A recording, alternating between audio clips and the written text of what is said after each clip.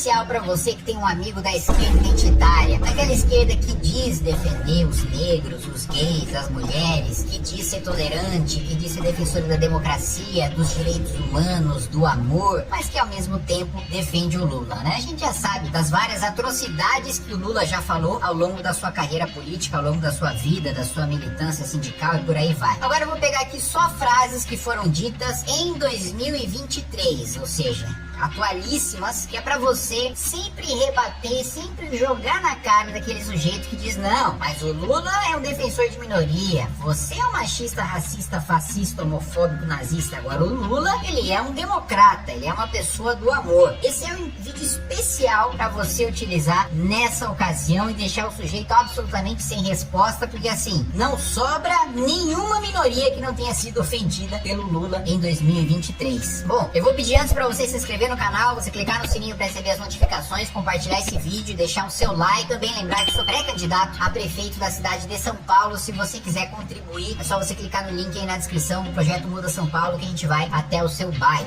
Vamos lá. A construção da guerra foi mais fácil do que será a saída da guerra, porque a decisão da guerra foi tomada por dois países, Rússia e Ucrânia. Lógico, porque a Ucrânia escolheu ser invadida, né? A Ucrânia estava numa boa, né? Pô, é um país com poderio militar gigantesco, que estava super afim de comprar uma guerra com a Rússia, que tem ogivas nucleares suficientes para destruir o mundo inteiro. Foi lá e falou: Rússia, vamos entrar numa guerra? Vamos. E aí entrou. Foi por causa dos dois países, né? Eu acho que o Lula quis levar aquele quando um não quer, dois não brigam, né? A máxima potência e falar lá: tá vendo? Se a Ucrânia não quisesse, era só, sei lá, deixar a Rússia brigando sozinho, tomando e anexando o território inteiro, né? Negócio bizarro. Olha só, o Lula falando pro Maduro, hein? É preciso que você, Maduro, saiba a narrativa que se construiu contra a Venezuela, de antidemocracia, de autoritarismo. Ou seja, o autoritarismo na Venezuela é uma narrativa, pelo amor de Deus, gente. Sabia que de 8 em cada 10 refugiados que vêm pro Brasil são refugiados venezuelanos? Venezuela não tá em guerra, pelo menos ainda não, né? Diz que vai entrar em guerra com a Guiana, vamos ver. Mas por enquanto não tá em guerra. Por que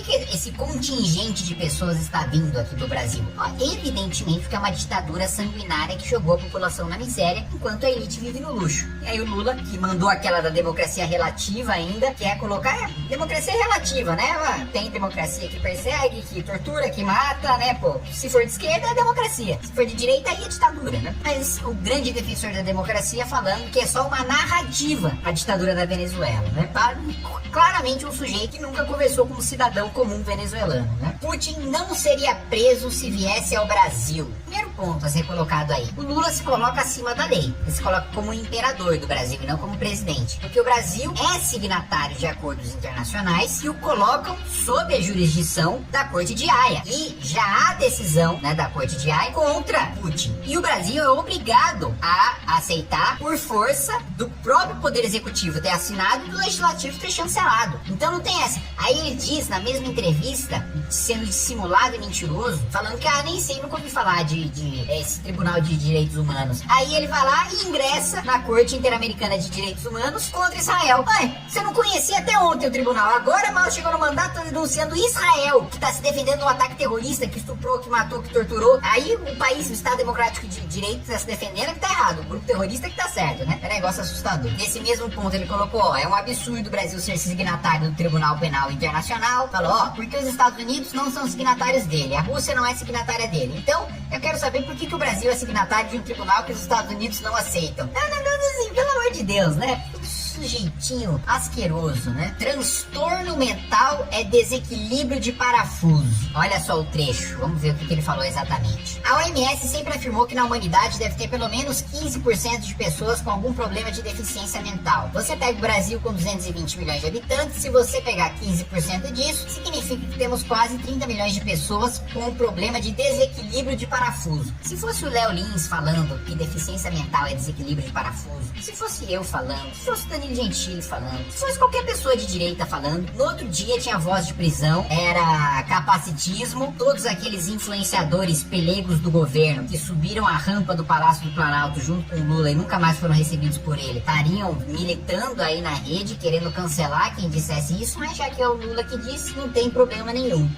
Se qualquer pessoa, meu ponto aqui, nem é assim, ó, o Lula falou um grande absurdo. É uma expressão que pessoas, principalmente pessoas mais velhas, utilizam, né? tá faltando tem um parafuso a menos, e por aí. E assim, né, eu realmente não vejo grandes problemas nisso. Agora, se fosse, o meu grande ponto é a hipocrisia. O quanto o cancelamento e o politicamente correto são só uma régua moral desenhada pelas esquerdas para destruir os seus adversários políticos e que não se aplica a eles mesmos. O quanto isso não é nenhuma preocupação com minoria, é uma preocupação em destruir as pessoas que discordam deles porque eles não sabem rebater o argumento no mérito, eles não conseguem rebater os fatos, eles não conseguem rebater o raciocínio lógico. Então o que eles fazem? Eles destroem a reputação daquela pessoa, porque você não precisa rebater o argumento de alguém que é um monstro, de alguém que é um fascista, um fascínora, de alguém que é homofóbico, de alguém que é machista, de alguém que é racista. Não, você lincha aquela pessoa, você manda prender aquela pessoa, você não precisa responder aquela pessoa porque ela não está sequer legitimada para participar do debate público. E é isso que eles tentam fazer politicamente correto. Vamos lá, essa é clássica, essa você já conhece, né?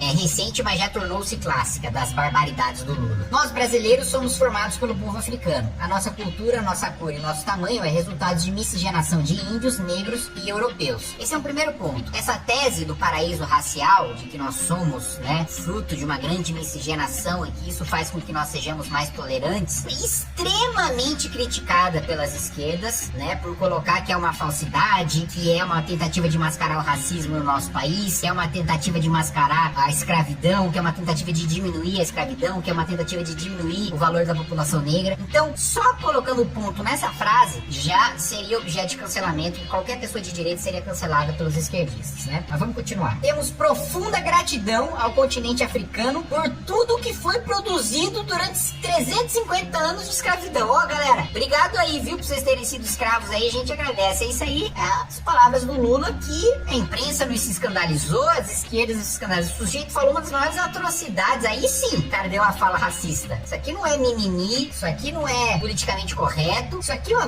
temos que agradecer ao continente africano por eles nos terem dado escravos, pra gente ter escravizado, né? Então, assim, é um negócio que é bizarro e absolutamente indefensável, né? Você vai perguntar pra um militante petista, às vezes ele nem sabe que o Lula disse isso, aí você vai confrontar ele com isso aí, você vai ver, testa, confronta o militante petista com essa frase aqui, exatamente o que o Lula disse, coloca assim, foi o Kim Kataguiri que disse, aí você vai falar, o que você acha dessa frase do Kim Kataguiri? Fala, racista, tem que ser preso, foi o Lula, aí você vai ver, você pega o cara no pulo. A outra também, o cara que diz que é o governo da unificação, da pacificação, da frente ampla, da democracia, vai lá e me solta essa frase, só vou ficar bem quando eu fuder o Sérgio Moro. Entrevista pro Brasil 247, o sujeito disse no vídeo, gravado, né? Ou seja, ele assume que o governo dele é um governo de vingança, é um governo de retaliação, é um governo de perseguição política, e não de reconstrução, que é o que ele vive vendendo nas suas propagandas, né? Pagas com o nosso dinheiro. A sociedade não tem que saber como é que vota um ministro da Suprema Corte. Sabe, eu acho que o cara tem que votar e ninguém precisa saber. Votou a maioria, 5-4, 6-4, 3-2, não precisa saber que foi o Uchoa, ele tava dando entrevista pro Marcos Uchoa, que votou, que foi o Camilo, ministro Camilo Santana da Educação, que tava lá com ele também, votou. E aí depois o Flávio Dino endossa essa fala, dizendo que é assim nos Estados Unidos, uma mentira descarada, né? Uma mentira assim, que eu não sei como o sujeito não tem vergonha de falar uma mentira tão evidente, tão óbvia, pra assim, você não precisa nem ser do meio jurídico pra estudar, pra saber que nos Estados Unidos o voto é aberto, né? Então, assim, essa foi uma defesa das mais escrotas, né? De violar um princípio democrático, de violar o princípio da publicidade, de violar um dos direitos mais fundamentais do cidadão, que é conhecer a decisão dos ministros da sua Suprema Corte. Isso, pelo amor de Deus, pra mim é um direito fundamental isso aí. Tem várias ocasiões que o voto secreto, como por exemplo, você votar na urna para presidente, para deputado, seu voto é secreto, para evitar voto de cabresto, isso é perfeitamente justificável. Agora, quem é que coloca cabresto no ministro do Supremo, né, na sua decisão? Só porque ele não quer ficar impopular por causa dos seus votos? Não, pelo amor de Deus, a gente tem o direito de saber e de não gostar e de criticar os ministros do Supremo que dão votos contra a população brasileira. Vocês não vão me ver de andador, vão me ver bonito. O Lula tava falando sobre passar por uma cirurgia, né? Mais uma vez, qualquer pessoa de esquerda hiperproblematizaria essa frase se ela fosse dita por qualquer pessoa de direita. Você não vai me ver de andador, você não vai me ver de muleta, você vai me ver sempre bonito. Aí o cara de esquerda já viria e falaria, tá vendo? Como você odeia pessoas com deficiência, você odeia idosos, porque andar de andador é feio? É alguma vergonha andar de andador? Você precisa queimar no fogo do inferno ideológico porque você está contra os idosos, está contra os deficientes, né? Isso aqui é até bizarro, né? O Lula falando do Hamas, vocês lembram dessa frase, né? Ele falando, Ô cara, fala pro Hamas libertar o refém, porra. Ele acha acha que a negociação com o Hamas é a negociação, sei lá, que ele fazia quando era sindicalista, né? Vamos acertar uma faixa salarial aqui, uma folguinha ali, um piso salarial aqui, e tá tudo certo, tomar uma cachaçinha e tamo entendido, né? Ele acha que o Hamas chegou... Senta aí, Hamas, vamos negociar esse cefinho aí, solta esses caras aí, porra. Pô, te dá uma 51 aqui, tá tudo resolvido. Cá entre nós aqui, ó, tamo tranquilo, tamo suave. Colocamos uma picanha na cozurinha lá e o Hamas resolve o problema. Vamos lá, pior imitação de Lula da história. Resolver o problema em torno de uma mesa de negociação, em torno de uma conversa, é muito mais barato, é muito mais fácil, é muito mais econômico. Ele falando sobre guerra, né? Um casal dentro de casa, quando tiver algum problema de desavença, sente numa mesa, converse, discuta. Não é possível a gente chegar a vias de fato por divergência, por ciúmes. O primeiro ponto, o Lula comparar uma guerra com uma briga de casal, o que já é uma bizarrice. O segundo ponto é o seguinte, ele falou isso numa cerimônia de sanção de lei sobre pensão a órfãos de vítimas de feminicídio, ou seja, o cara tornou-se órfão porque mataram a mãe dele. Muitas vezes é o pai que matou a mãe dele. E aí o Lula diz a seguinte frase: um casal dentro de casa, quando tiver problema de desavença, senta numa mesa, conversa, discuta. O cara tá sancionando uma lei que é literalmente quando uma mulher é morta.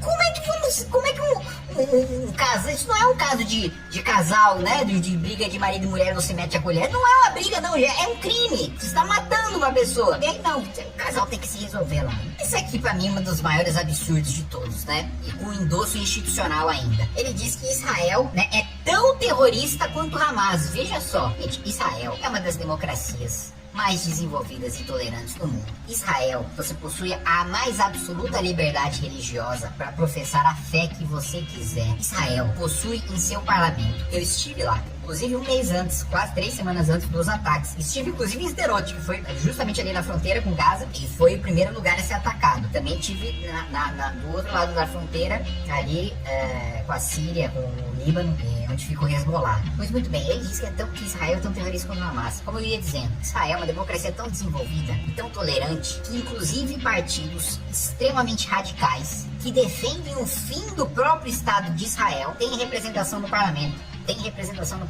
Eles chegam nesse cúmulo de tolerância, de tolerar, inclusive gente que abertamente defende o fim da existência do Estado de Israel. Então, outra coisa, né? Você quer comparar como mulheres são tratadas como elas devem ser tratadas em Israel, como seres humanos. Não é o caso de como as mulheres são tratadas em Gaza. Gays são tratados como eles devem ser tratados em Israel, que são como seres humanos. Não são tratados como seres humanos em Gaza, né? Pelo Hamas, especialmente, que é um grupo terrorista, né? Que não é representante da Palestina, que é muito bom a gente esclarecer isso, porque militante canalha, mau caráter, quer confundir o Hamas com a Palestina. Ah, você tá contra o Hamas, você tá contra a Palestina. Não. Nada a ver uma coisa com a outra. Primeiro que a autoridade palestina é inclusive de uma facção rival ao Hamas, que é o Fatah. Então já é uma confusão assim, uma mistura de ignorância com má fé. E aí vem dizer que Israel é terrorista. Vamos lá. Gente, vamos fazer um exercício de imaginação? Que Deus me livre. Mas vem um grupo terrorista e estupra mulheres brasileiras, invade as nossas fronteiras, mata, tortura, prende, pega refém. Meu amigo, eu não tenho a menor dúvida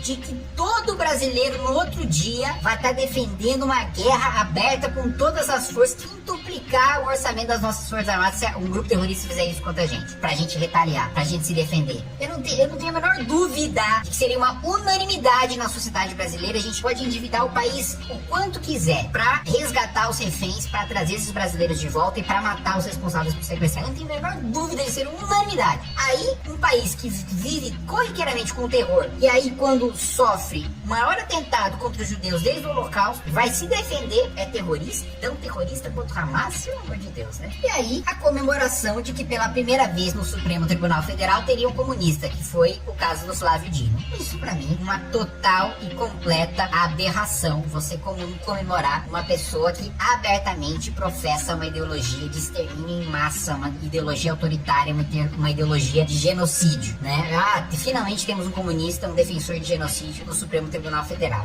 Pelo amor de Deus, é uma bizarrice, é de uma escrotidão tremenda. Então tá aí, gente, um compilado aí pra vocês de frases do Lula contra a democracia, contra minorias, só em 2023. Uma coisa que a gente pode sempre agradecer é que, com certeza, assim, quando a gente fala de governo petista, o ano passado foi melhor do que esse ano vai ser. Pelo menos isso a gente pode garantir, que pelo menos ano passado vivemos um ano melhor. E isso a gente vai poder falar ano após ano de governo petista. Ano passado foi melhor, graças a Deus.